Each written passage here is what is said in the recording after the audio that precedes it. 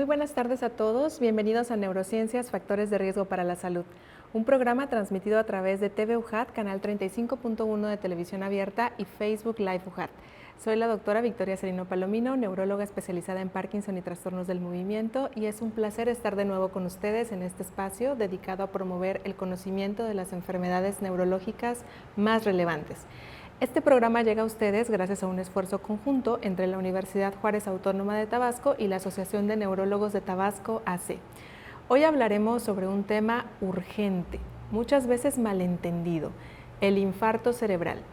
Esta enfermedad representa una de las principales causas de discapacidad y muerte en el mundo y puede presentarse de forma súbita, sin previo aviso.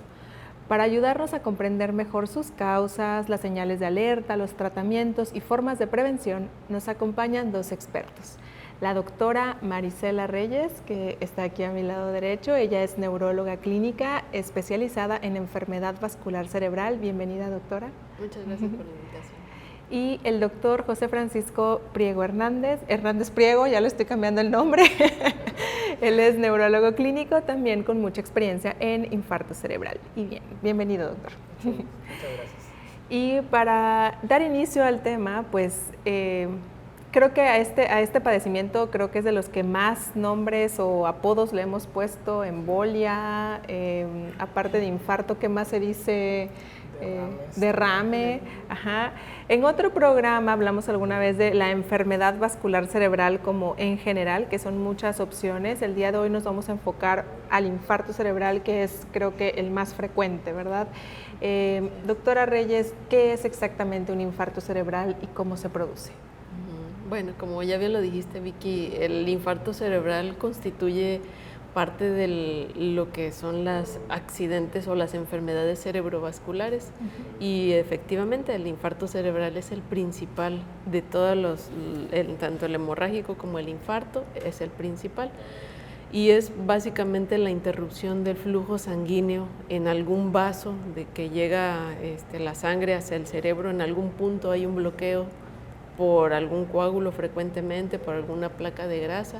Okay. Se interrumpe ese flujo de sangre y entonces esa zona del cerebro ya no tiene sangre, ya no tiene funcionamiento, mueren esas neuronas y se da físicamente las manifestaciones del infarto cerebral.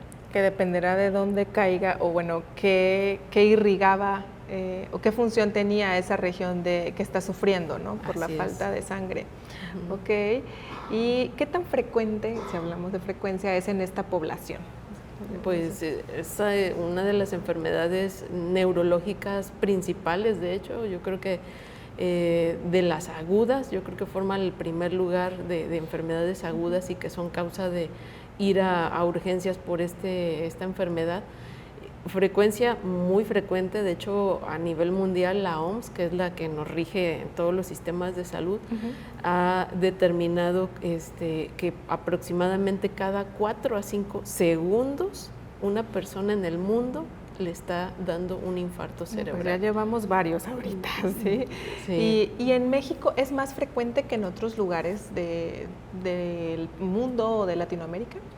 Pues no realmente, no tenemos unas estadísticas tan confiables porque realmente no se tienen datos bien especificados, pero sí se han hecho algunos estudios en México para ver qué tanta frecuencia es el infarto cerebral y así a grosso modo se ha visto que es muy similar al resto del mundo en cuanto a frecuencia. Aunque sí tenemos obviamente aquí en México también población con descendencia africana, ellos son un poco más susceptibles a tener este tipo de infartos cerebrales que el resto de la población, pero pues al final de cuentas siendo un promedio, pues prácticamente vamos ahí al parejo que en otros lugares de Estados Unidos o Sudamérica o Europa. Más contagiándonos de algunos de sus hábitos, ¿verdad? Y a ese respecto, doctor Priego, ¿qué nos podría decir de los factores de riesgo para tener un infarto cerebral? Aquí en México, bueno, conocemos los factores de riesgo para infarto cerebral, dependen, ¿no? Interfiere desde la calidad de vida hasta que tengamos alguna otra enfermedad preexistente, es decir, alguna enfermedad cardíaca, alguna enfermedad incluso genética, como ya decía la doctora Reyes, por ejemplo, en África hay ciertas enfermedades, sobre todo la predisposición por ejemplo, enfermedades que pueden predisponer a trombos, ¿sí? Como, no sé, una serie quizás, una por ahí que se llama anemia de células falciformes, un ejemplo, o en el mundo también hay causas genéticas. Pero en general aquí en México, o parte de los factores de riesgo muy importantes pues son los factores asociados a enfermedades crónicas, diabetes, hipertensión. Ampliamente escuchadas, creo que alteraciones del colesterol, los triglicéridos, como nos dicen creo que en todas las consultas a todos los que vamos, porque también yo... Todos somos pacientes, todos somos pacientes. A todos nos toca. El sedentarismo, el tabaquismo, ¿sí? O sea, tanto los factores de riesgo que nosotros los dividimos entre modificables y no modificables. Es decir, cuáles podemos cambiar o en ocasiones cuáles tenemos una pequeña predisposición genética, como te decía, y cuáles no podemos cambiar, ¿verdad? Sumado a eso, obviamente, pues creo que el factor de riesgo de una enfermedad crónica más importante aquí en México sería la diabetes, ¿no? Es la número 1 en cuanto a que incremente ese riesgo. ¿Y de qué forma es que la diabetes y la hipertensión nos dan ese riesgo? Porque a lo mejor creo que todos hemos escuchado, hasta ya casi en los comerciales, aparte del come frutas y verduras, a todo el mundo lo estamos, de que hay que perder peso, de que hay que tener un peso apropiado. ¿Cuál es el mecanismo mediante el cual tener diabetes puede hacer que se me tape un vaso en el cerebro? Okay. Por ejemplo, el tener diabetes, el descontrol de una enfermedad crónica, por ejemplo, metabólica en este caso, pues puede formar, por ejemplo, plaquitas de ateroma. Nosotros tenemos una clasificación para infarto cerebral, que es de grandes vasos, de vaso pequeño, es decir, cuáles vasitos se tapan, si los grandotes, los más chiquitos, alguna enfermedad cardíaca, es decir, una clasificación que le llamamos o de origen cardioembólico, y de ahí es como definimos el origen de infarto cerebral.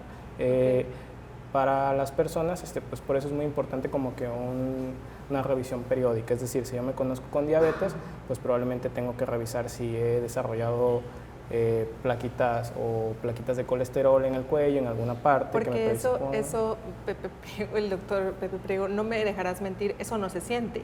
Exacto. O sea, todos tenemos plaquitas de colesterol en mayor o menor medida, pero ¿qué cosas nos dan más? Pues edad, fumar da un chorro, ¿no? O sea, pone las arterias como muy rígidas, la diabetes, colesterol, triglicéridos altos, pero no se siente. O sea, ¿realmente puedo tener algún aviso, alguna señal de que puedo tener un infarto cerebral? Pues sí pueden haber datos, pero prácticamente ya es como que la antesala de que ya estamos ahí. No tarda en llegar el infarto cerebral.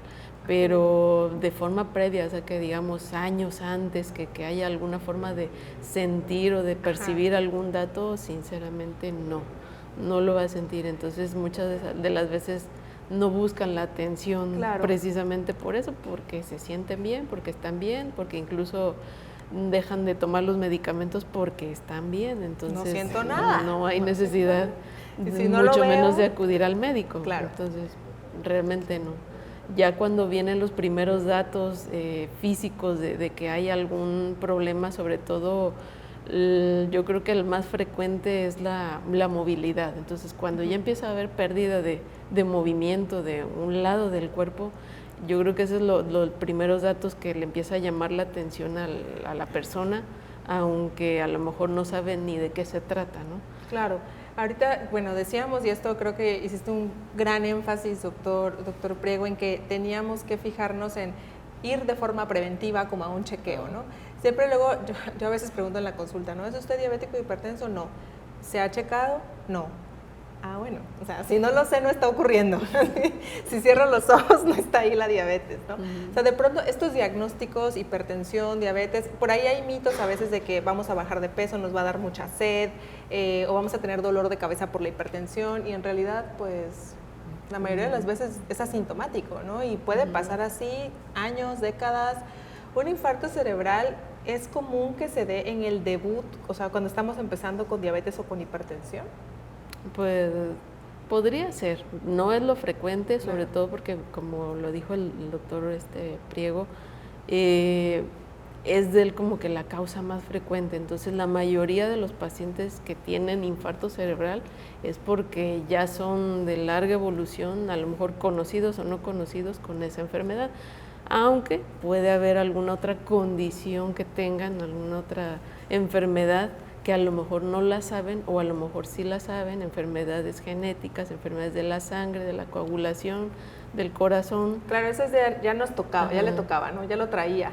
Exacto, entonces podría ser que no necesariamente tiene que ser diabético a fuerza para que le dé un infarto cerebral, claro, pero sí es de lo más frecuente. Ok, entonces, ¿y es más frecuente en adultos de qué edad esta enfermedad? Pues anteriormente la edad que se manejaba todavía, yo creo que hasta hace unos 15, 20 años era de arriba de los 60.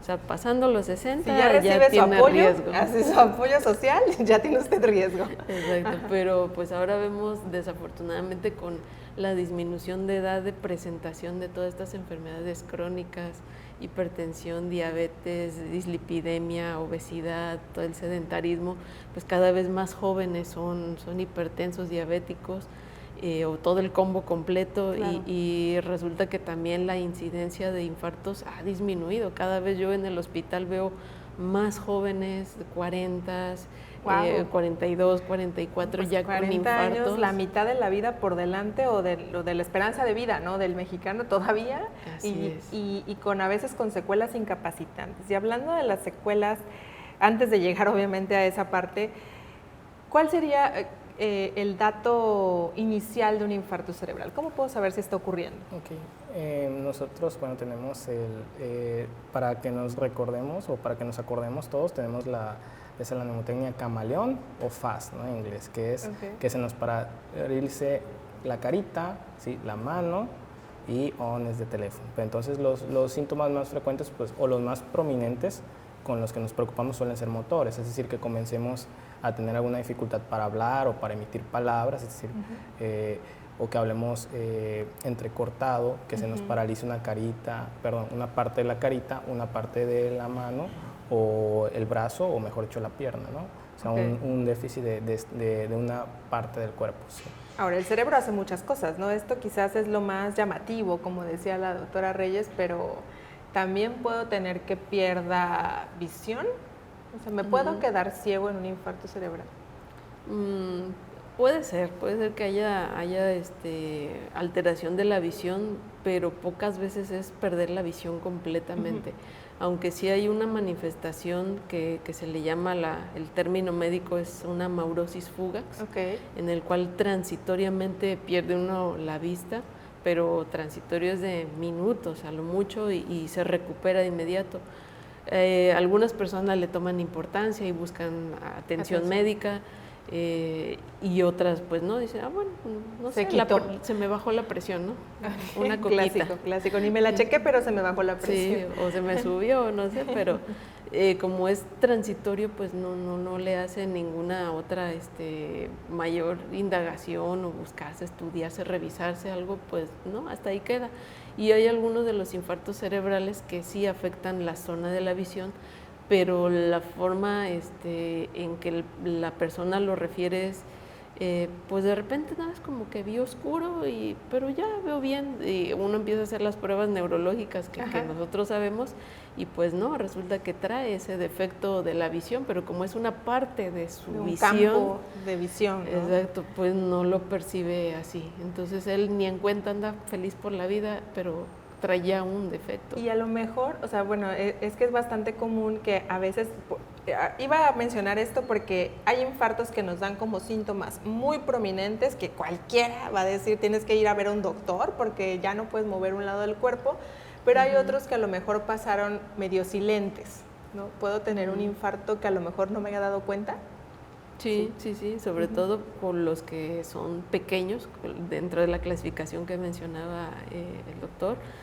Hay algunos que son de pequeño vaso, es decir, que son muy pequeños el tamaño que va a dar el infarto, pero al final de cuentas también da una manifestación, y esa manifestación es leve, a lo mejor nada más como que se le debilitó un poco el brazo, a lo mejor no puede hacer la misma, una botella, lo que sea, le cuesta un poquito más de trabajo y la presión, el estrés, el no dormir bien, ya se me va a pasar. Me duermo de ese lado, me aplasta el brazo. Cualquier Ajá. pretexto es bueno para no intuir que algo malo nos está pasando. Exactamente. Y entonces, pues, esos infartos, como son pequeños, la recuperación es rápida. O sea, hay veces que pasan 1, 2 días, 3 días Y solito. y se recuperó porque la zona cerebral afectada era muy pequeña.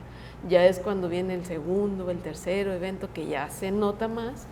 Entonces ahí ya salen los estudios y efectivamente tiene más eventos que habían pasado previamente y que no les habían tomado la importancia que debían. Ahorita que mencionó la doctora, tener 1, 2, cuando viene el tercero, el cuarto, el quinto infarto cerebral, no es nuestro afán desbloquear miedos en este programa, sino justamente alertarles para prevención, como decía el doctor Priego. Vamos a ir ahorita a un corte y vamos a volver para platicar un poco más de cuáles son las señales del infarto cerebral. Vamos y volvemos.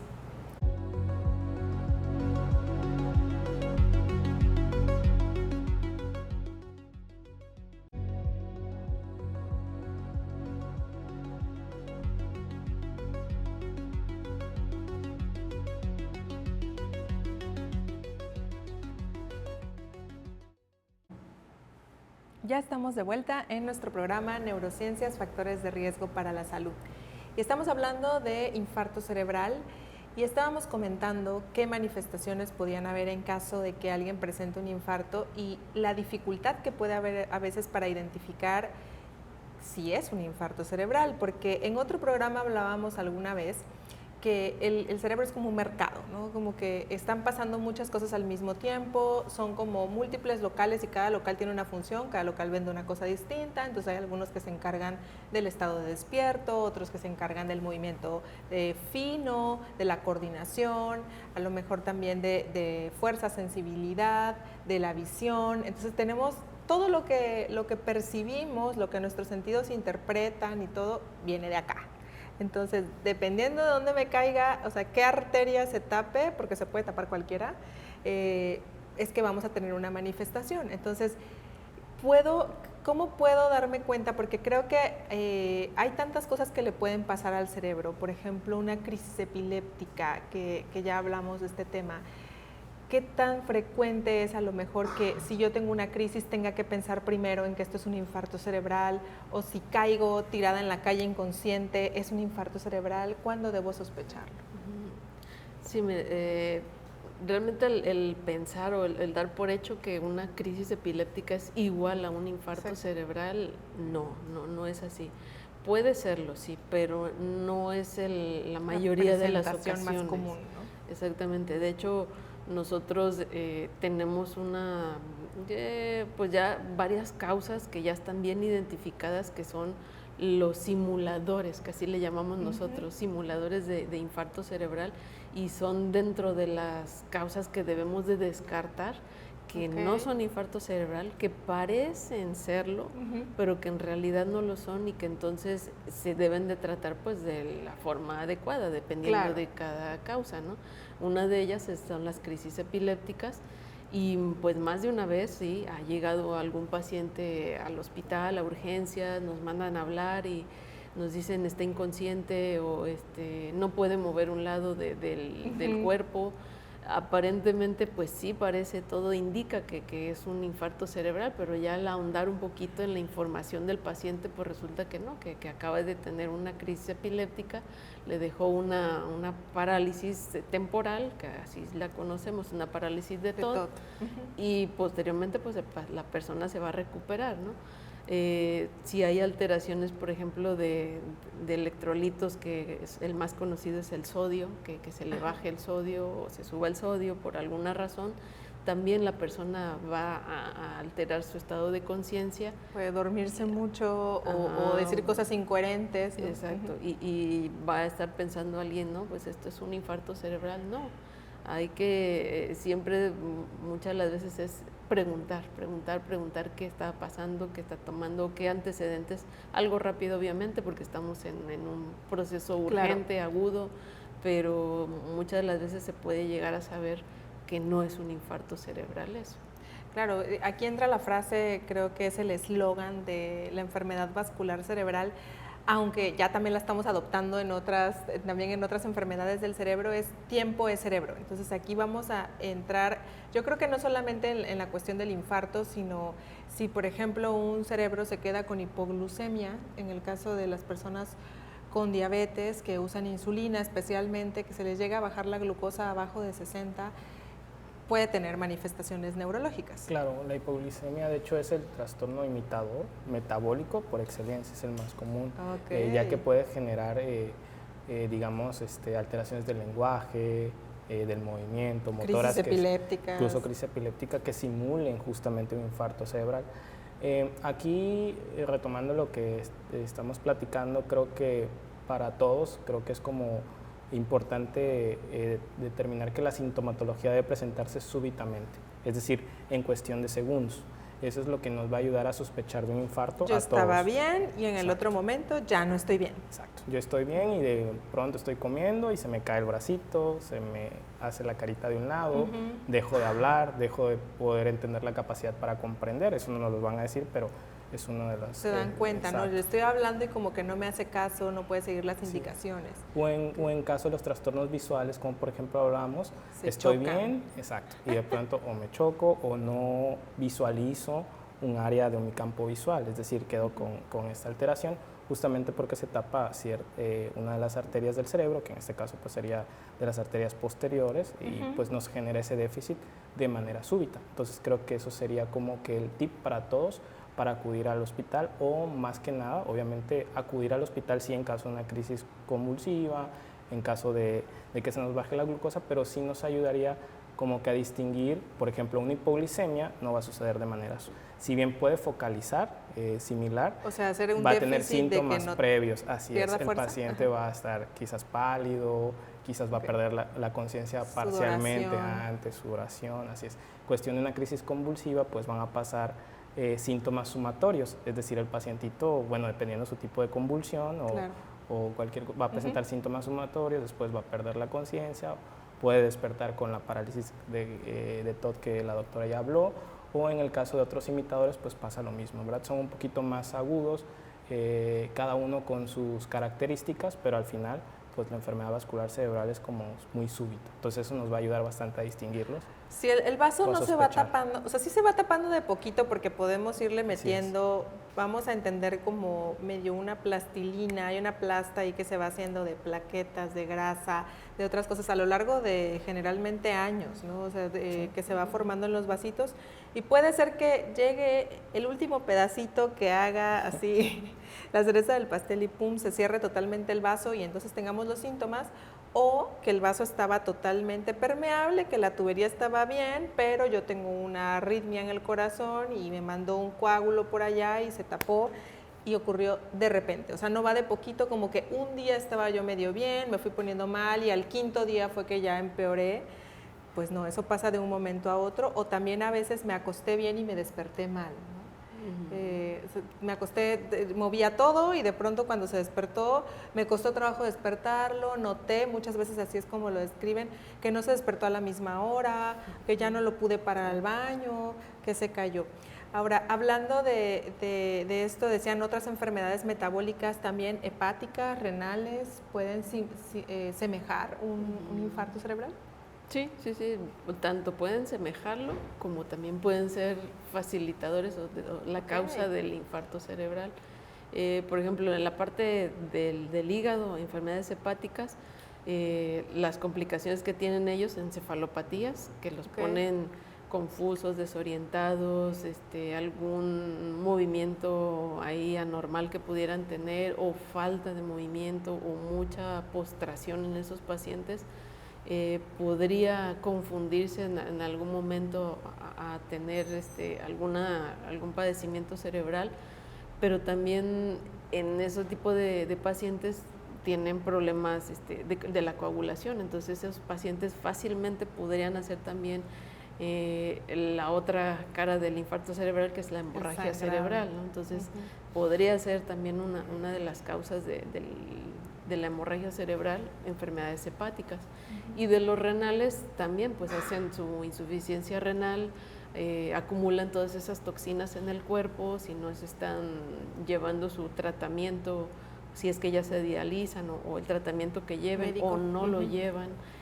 También pueden empezar a acumular ese tipo de toxinas en el cuerpo, pero son de forma más lenta, más progresiva, o sea, van insidiosa, un dicen día, como que otro. un día hablaba medio mal, estaba durmiendo, al día siguiente se recuperó, hablaba totalmente normal, luego volvió a caer. Eso no lo hace un infarto. Exactamente. El infarto ocurrió, me dejó con el brazo aquí y así se queda. Exactamente, Ay, sí. digo, todo esto es, digamos que en vivo, estas entrevistas, y entonces ahorita se me ocurría pensar, ¿no? A veces nos dan el diagnóstico, llegan con frecuencia diciendo es que tuvo un preinfarto cerebral. ¿Existe tal cosa? Pues muchas de las veces el término médico como tal preinfarto no existe. Varias ocasiones los médicos de primer contacto le dan como que ese diagnóstico, no sé si es como para decirle busca ayuda, o sea, o ve, o Estás sí, en riesgo. estúdiate, porque realmente ya al preguntarle, bueno, pero ¿en qué consistió el preinfarto? Se me subió la presión. No, es que un día ya no movía muy bien o se me entumía el brazo, pero ya luego se me quitó. Ajá, o el dolor de cabeza y ya se me quitó después. Sí, pero ¿y qué mal? ¿Le hicieron tomografía? ¿Le hicieron algún estudio? No, nada más. Y eso fue mi preinfarto. Entonces son como que síntomas muy vagos y a cada quien le dicen preinfarto a cosas diferentes. Sí. Entonces médicamente no existe como tal, o sea, o es el infarto, si hay una entidad que se llama una isquemia cerebral transitoria. O sea, ese término sí existe y es básicamente el que tengan los datos clínicos de un infarto cerebral, es decir, la pérdida de la fuerza, la parálisis en la cara, las dificultades, pero es transitorio, o sea, son minutos, más tardar horas y se recuperan completamente. O sea, la tenían, le duró tantito y se le quitó. Claro, un infarto no se recupera, o sea, solito, así nada más de la nada, totalmente. Ahora, no vamos a esperar, esto es una aclaración también, para saber si, y esto pasa también a veces en hospitales, que dicen, es transitorio, va llegando. O sea, no hay manera de saber que va a ser transitorio. Si una persona llega con la parálisis, hay que atenderlo como, o sea, hay que descartar que no esté cursando con un infarto cerebral. Así es. Y ya llegando a ese punto, a ver, supongamos el camaleón que decía, camaleón, estas son técnicas yo creo que se usan con la finalidad de que todos en el mundo sepamos cuándo debemos pensar en un infarto cerebral. No sé si a alguien le ha pasado, yo estoy segura que alguien tuvo que hacer testigo. A mí me pasó en un aeropuerto, estaba sentada, jijiji, jajaja, leyendo un libro, cuando de pronto veo que un señor desconocido totalmente venía caminando y de pronto literal pareció que se le cayó. Nunca había visto a alguien infartarse en vivo, digo yo que fue un infarto, se le cayó el brazo y fue como ya no pudo seguir caminando, él iba solo, se quedó como un poco confundido, personas lo ayudaron a sentarse, no podía hablar, o sea, en ese momento él como que apenas como que intentaba balbucear y pues no iba acompañado de nadie, entonces era como, ¿qué hago en ese momento, no? Enseguida llegó, o sea, personas pues dijeron algo le está pasando, vamos a llamar al personal de aquí de la aerolínea, llegaron a verlo, le hicieron algunas pruebas, que fue algo muy llamativo que se lo hizo el personal pues no es de la tripulación, pero que están ahí de atención, no médicos, o sea, son cualquier mortal, o sea, todos deberíamos saber estos signos, e inmediatamente dijeron, puede ser un infarto cerebral. O sea, aquí yo estaba de espectadora, quiero decirles, ¿no? Yo estaba, obviamente uno interviene de tratar de cooperar, pero aunque tengas un neurólogo al lado, no vamos a poder hacer una intervención porque se necesitan varios pasos, ¿no? Si yo tengo el camaleón, como le pasó a este sujeto, que es la cara, como decía el doctor Priego, ¿no? Para que todos sepamos, se me desvió la boca, dicen algunos, o se me paralizó un lado de la cara. Tenemos también que el brazo o la pierna se me quedaron sin fuerza, que empecé a hablar como arrastrado, como borracho, de repente o de pronto no puedo hablar o no puedo entender qué debo hacer en ese momento.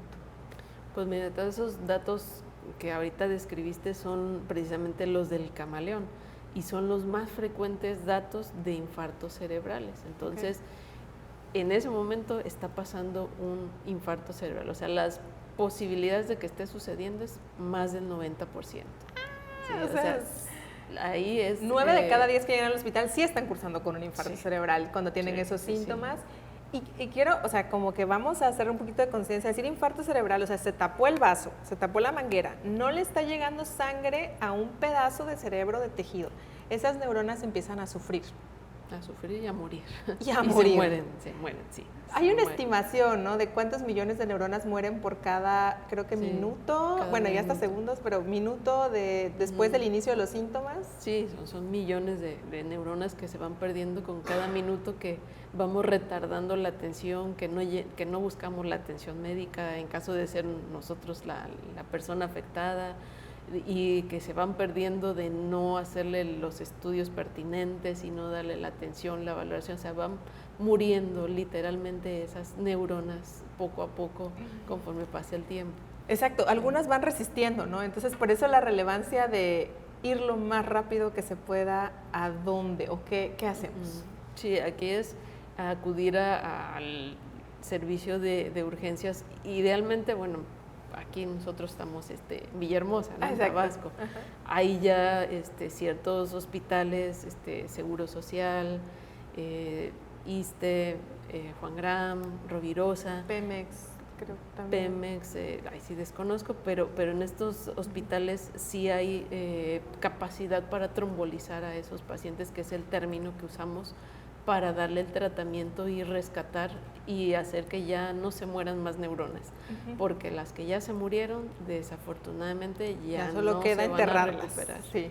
Así es. Entonces, lo que se tiene posibilidades o riesgo de dañarse, es ahí donde el tratamiento entra, pero eso lo tiene que hacer en un servicio que cuente con las capacidades tanto de personal, infraestructura, para poder, y el medicamento obviamente, para poder tratar ese tipo de pacientes, porque si no, aunque tenga el centro de salud al lado, claro, no que vamos a muchas hacer veces nada. ahí a lo mejor perdemos tiempo, ¿no?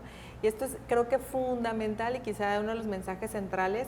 Si a mí me está pasando esto, si yo estoy en una comunidad, estoy en Cárdenas, estoy en Tenosique incluso, yo sé que está lejos, o sea que estamos a 4 horas, pero así con alguien que maneje rápido, así, o se puede hacer, o avisando, incluso también avisando al hospital al que voy a llegar, vengo con un paciente que está cursando con esto y estos síntomas, el equipo se prepara para que rápidamente se acuda, ¿no?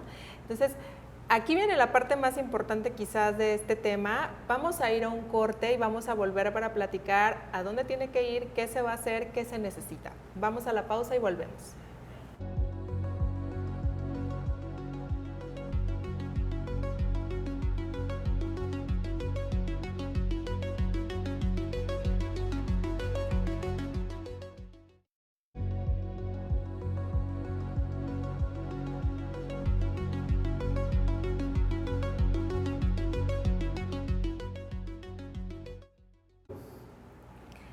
Ya estamos de vuelta en nuestro programa Neurociencias, Factores de Riesgo para la Salud, hablando de un tema fundamental, el infarto cerebral. Ahora, estábamos platicando de qué hacer cuando ya se presenta, que todo el mundo empieza, como aquí decimos en Tabasco, a papalotear.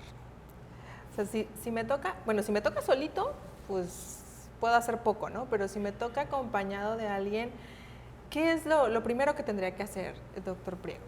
Lo primero es activar, lo que es, o llamar al servicio de urgencias, es decir, es una entidad que requiere un manejo multidisciplinario, de hecho, ni siquiera por el manejo de un solo especialista. De hecho, aunque nosotros los neurólogos pues somos quienes los reconocemos, tratamos y diagnosticamos, obviamente, aún así generalmente se necesita un equipo multidisciplinario, claro. Un intensivista, porque el paciente va a pasar a terapia intensiva, incluso es un radiólogo, mejor dicho, un radiólogo también por el estudio de neuroimagen que se requiere, personal de enfermería, personal de urgencias, etc.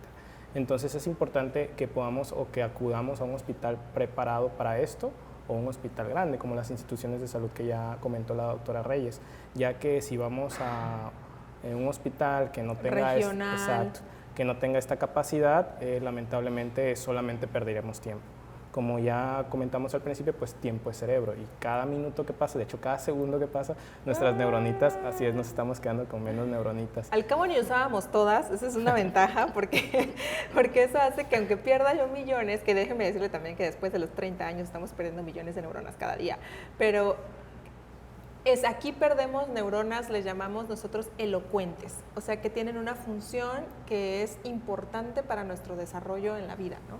Así es. Entonces llegamos al hospital, olvídense del centro de salud, olvídense del hospital regional, eso no es que no sirva, sino en esta entidad todavía no puede funcionar porque cuando llegamos al hospital, como es, activar aquí es el número 911. Ya es 911. Ya es 911, sí, yo dije, también. ay Dios, voy a dar una información a lo mejor errónea. Ya es 911 para todos, para que así en las películas y todos lo sigamos. 911, mi familiar le está pasando esto. Aunque no vayamos quizá a usar la ambulancia, vale la pena para que nos dirijan al centro donde podamos Sí, o acudir, ¿no? en el contexto, por ejemplo, que estemos en un municipio, nos ubiquen el hospital grande más cercano. Por ejemplo, en el caso, no sé, la ubicación de Macuspana, Jalapa, pues puede ser el ISSSTE, ¿no?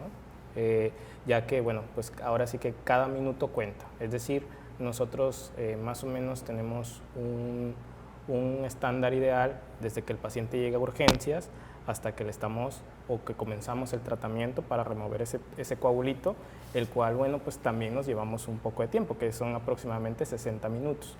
Entonces, es por eso que es importante ir a la brevedad. Entonces, a partir de que me inician los síntomas, o sea, hay que actuar rápido, o sea, eso ya es chamba, o sea, a partir de que llego al hospital, no es que vaya a ser toda nuestra culpa, pero nos toca a nosotros acelerar los procesos, pero a usted le toca llegar. Entonces, a partir de que llegamos, o cuánto tiempo tenemos para realizar un tratamiento que cambie mis síntomas, que rescate a esas neuronas que estaban todavía por morirse, como decía en el otro bloque, ¿no?, que platicábamos. ¿Cuánto tiempo tenemos? Pues actualmente estamos en un tiempo de poder utilizar ese tratamiento hasta 4 horas y media.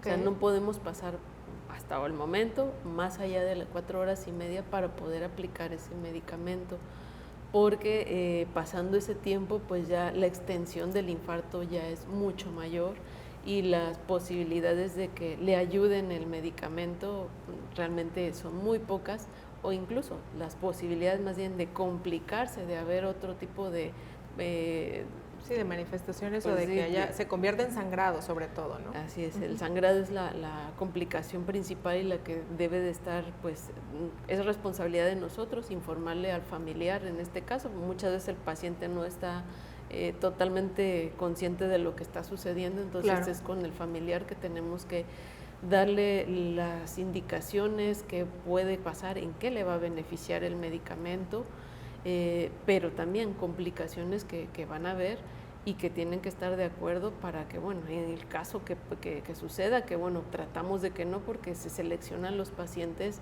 que cumplan con ciertos criterios. Tampoco es la idea de que lleguen y ya llegue rayando las 4 horas y media y pónganselo ahorita, no. Tiene que llevar su estudio de imagen, como bien lo decía el doctor, que necesitamos un hospital grande que tenga tomografía por lo menos. Entonces, si el paciente tiene ya su tomografía y no hay ningún problema para ponerle medicamento, vamos al siguiente paso. ¿Cómo está físicamente ese paciente? Que también ahí nosotros aplicamos una escala, que es valorar qué tan afectado viene la persona, habla, no habla, entiende, se mueve, todo eso. Aquí suena así de que qué tan bien viene el paciente, pero todo eso tiene un puntaje que a nosotros nos guía, ¿no? Ajá, y también tiene que caer ese puntaje dentro de lo permitido para que sea de beneficio el tratamiento. Y también algo importante es la presión, porque también muchas de las veces nos para el hecho de que la presión venga muy descontrolada. Si trae la presión por arriba de 180, 110, no podemos darle ese tratamiento. Tenemos que manejar esa presión. Entonces, bajarla a se maneja rangos seguros. Así es, si se baja por debajo de 180, podemos aplicarle el medicamento y entonces que la persona tenga posibilidades de recuperación. O sea, tampoco es ponérselo por ponérselo a ver qué le pasa, no, es cuando tenemos una seguridad de que el beneficio va a ser mayor que el riesgo que va a tener. Iba yo a agregar justo ahorita de que hasta un paracetamol tiene riesgos. Entonces, si yo no siento nada, yo no tengo nada, no me tengo por qué estar metiendo, no me voy a meter un medicamento porque es más el riesgo de que me pase algo que el beneficio que me va a otorgar. Todos los tratamientos tienen riesgos.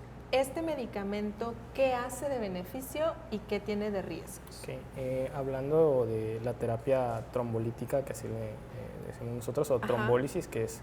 Trombólisis que viene, a lo mejor si dividimos la palabra, no es trombo, que decíamos el coágulo que está ahí. Es lisis de romper, de eliminar y trombo, ¿no? Entonces es importante porque, bueno, si tenemos 4.5 horas para actuar sobre esa terapia. Como dice la doctora, que cada segundo cuenta, y no es que vaya a llegar y llega a 4 horas y media y tenemos que ponerle, no, necesitamos un tiempo. El medicamento, al ser pues justamente eso, como un anticoagulante parecido, por así decirlo, lo que hace es remover ese trombo. Entonces nosotros también tenemos riesgos. ¿Cuáles son los riesgos? Pues que sea todo lo contrario, ¿verdad? O sea, un sangrado. Es decir, que ese tejido cerebral ya esté muy dañado o ya exceda el tiempo y sangre, ya sea por causas intrínsecas del paciente como un descontrol de la presión o porque ya nos hemos pasado del tiempo o incluso a veces por la misma extensión del infarto. O sea, los infartos grandes tienen más riesgos de sangrar. Exacto. Entonces, en este contexto, por eso es importante seleccionar muy bien al paciente. La verdad es que una terapia exitosa, trombolítica, le puede cambiar la vida al paciente y es muy bonito cuando el paciente llega con una parálisis severa, incluso a veces hasta afectación del lenguaje y se va caminando, ¿no? O con una afectación mínima. Pues es una maravilla para todos, o sea, hasta uno acaba, hoy fue un día feliz, puedo dormir en paz, ¿no?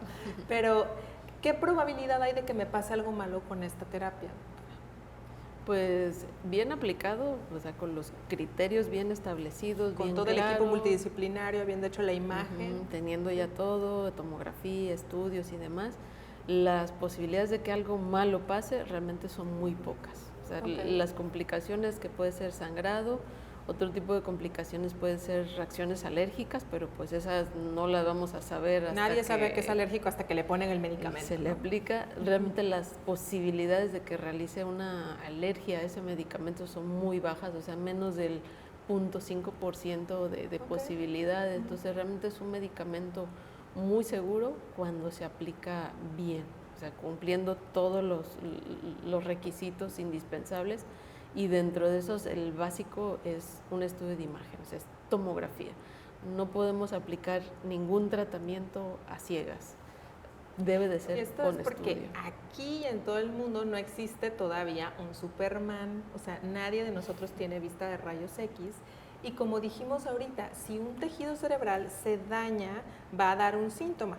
Entonces, pero se me puede dañar igualito porque sangró que porque se tapó la arteria. Entonces, si ya alguien sangró, por ejemplo, esa es la razón, no me voy a justificar, por la que en el aeropuerto yo no fui y dije, ay, sí hay que ponerle inmediatamente el medicamento. No, pues no, en el aeropuerto no tengo tomógrafo. Se le tiene que llevar rápido a emergencias, hacerle la tomografía, porque si eso es un sangrado y le pusimos un anticoagulante, pues ya, adiós mundo cruel. Entonces, tenemos que, por eso es que se hace todo este protocolo, y ahí volvemos al énfasis de llegar, entre más rápido lleguen mejor, porque todo esto lleva tiempo, ¿sí? Y los servicios de urgencias, y más si no se avisó ni nada, pues no están esperando que llegue, ustedes saben que están colapsados, que hay muchas otras urgencias que atender, ¿no? Obviamente en esto, igual que en un infarto cardíaco, estamos tratando de que sea cada vez más como priorizado, ¿no? Así es. Sí, ya ahora pues cada hospital tiene su triage, así se le llama a la clasificación de gravedad de los pacientes, y el infarto cerebral tiene la prioridad, o sea, está hasta arriba, y si una persona llega con datos compatibles con un infarto, debe de pasar de inmediato a la sala de choque o la sala de atención médica más rápido, tramitarse los estudios lo más rápido posible. Claro, no va a esperar la cola de, hay 20 tomografías antes, ¿no? Pues le van a hacer el espacio, seguramente a alguien le van a tener que cancelar su lugar, pero si les pasa es por esta situación, ¿no? O sea, que alguien está perdiendo millones de neuronas por segundo y que hay que salvarlas, ¿ok? Ahora, ¿Hay algún otro tratamiento? O sea, si yo le doy a la persona una aspirina, un clopidogrel, un medicamento atorvastatina, algunos otros que venden que dicen que son oxigenadores cerebrales, ¿hay beneficio? Demostrado, la evidencia, el máximo beneficio es hacer la trombólisis en tiempo. Después de las 4.5 horas lo tenemos que llevar al hospital también, eso sí, que quede bien favor, entendido. Por favor, sí. No, que ya tiene 6 horas, no, tiene que ir al hospital porque incluso, bueno, todavía hay otras terapias que podemos ofrecer, dentro de ellas el manejo médico para evitar una evolución tórpida, etcétera. Algo muy importante que tenemos que tener en cuenta, bueno, es también el uso de otros medicamentos, como lo dices, a ciegas. Si tenemos algo sospechoso de infarto cerebral, pues por favor anticoagulantes no, ya que para empezar contraindican la terapia de la que estamos hablando. Si no le podemos poner anticoagulante sobre anticoagulante. Exacto, así es.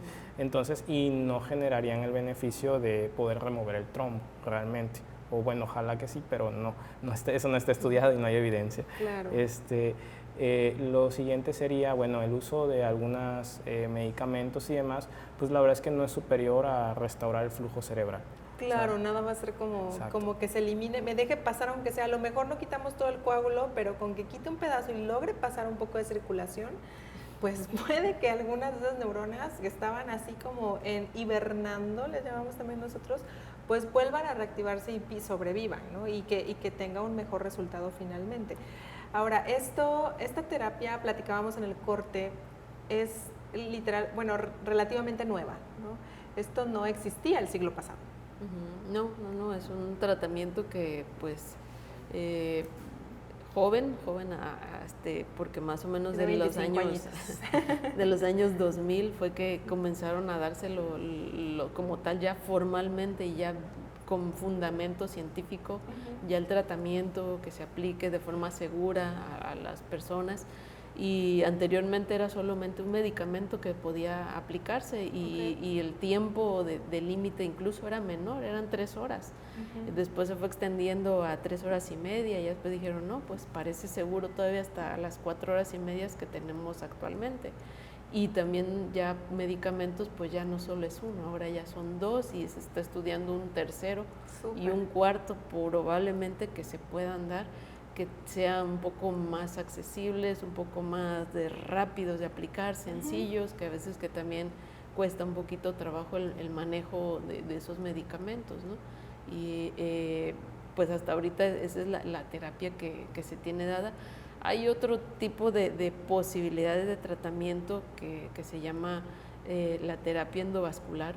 Desafortunadamente aquí en nuestro estado no contamos con un terapista endovascular certificado para poder realizar ese tipo de tratamientos, que consiste pues es una especie de cateterismo que busca como así el que como se hace en el corazón también, exacto, ¿no? Que es exactamente el mismo mecanismo, llegar con catéteres especiales a sacar ese coágulo, literalmente jalarlo, absorberlo y que nuevamente vuelva a pasar la sangre. Esto suena muy facilito, pero pues obviamente por eso es que requerimos a alguien certificado y con una curva le llamamos, o sea que haga mucho estos procedimientos, se dedica a esto para poder tener un buen desenlace, ¿no?